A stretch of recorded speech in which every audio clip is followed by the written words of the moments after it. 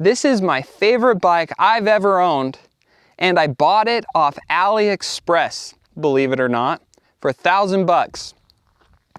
My favorite bike off AliExpress. You're like, well, he must not have had that many bikes. I've had a lot of bikes, what I'm getting at.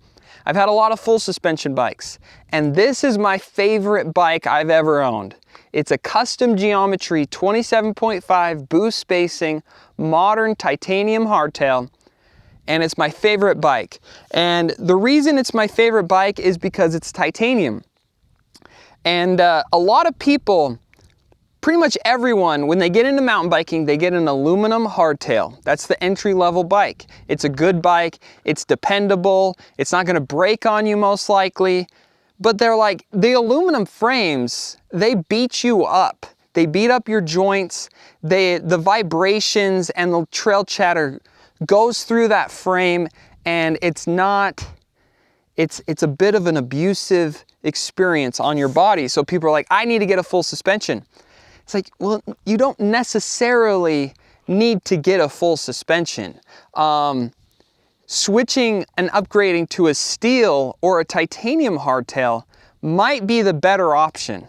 You know, it might be the better option for you, because when I'm out on bike trails in busy areas, literally a quarter of the people, I check out their bikes. I'm a bike checker outer.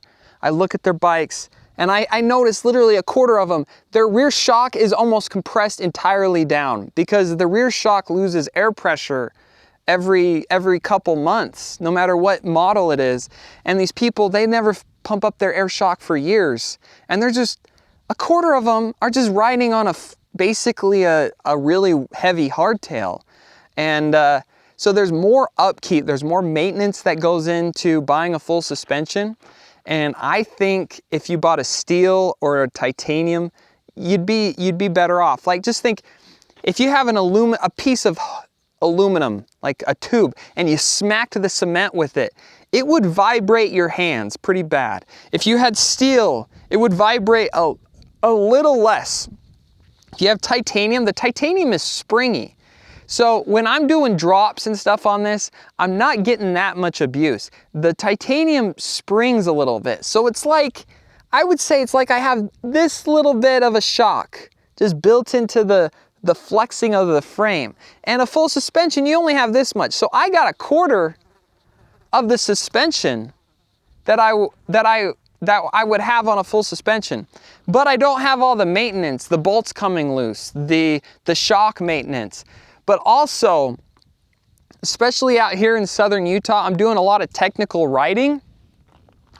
And when I'm on a full suspension, you never quite know where that rear shock's always moving around. So you never quite know where the weight is putting on that rear tire. When I'm riding around on this hardtail here, I always know where that back tire is. If I'm going downhill, I know where my back tire is. I know where it is when I'm trying to do technical stuff, up rocks, up boulders. So I like the predictability of the hardtail, and that's why I'm not concerned with owning a full suspension at this point, because the hardtail's doing everything I want it to do.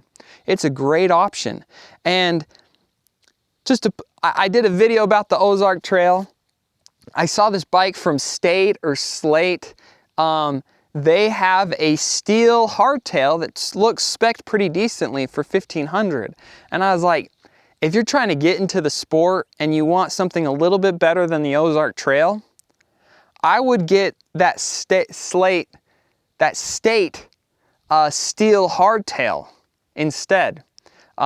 Instead of going and spending $2,000 on a really heavy full suspension, or spending, that State hardtail, that steel frame, boost spacing, I would go with that. I think we need to stop worrying about being professional, going professional speeds on downhill runs, and I like the ease of maintenance. And if you get a hardtail, you can save up some money and get some carbon rims, because I think carbon rims are awesome. So let me show you this bike I have here. So it's got my name on it. Tris Titanium, put my name on there. And I got the Industry 9 carbon rims. Look at this little sticker I've got. I got a t-shirt of it. I've based this design on this view from right here. You see that mesa and the blue skies? Bike life. Yeah, you can buy a shirt, subscribe to my channel, but I love the blue skies.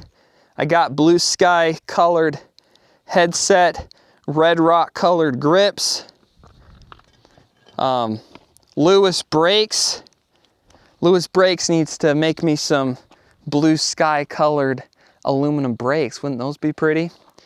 But yeah, everyone can have fun. Everyone's got an opinion.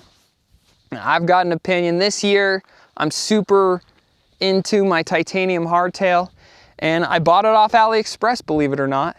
And I have had a Turner titanium hardtail, and I think that was a little bit better than this one. It was a little bit more flexy where you want it to be, a little bit more engineering behind it, but they didn't make a 27.5 with the geometry I wanted. So I made my own. You can make your own. But yeah, so hardtails. I would much rather have a steel hardtail over like a $2,000, you know, 37-pound full suspension. That's my take. So if that's your budget, my advice is hardtail. What is your opinions? Do you think hardtails are awful? If you think they're awful, have you ever ridden a steel one or a titanium one? Because I think you'd change your opinion on it. Anyways, thanks for watching my channel. Have a good day. See you around.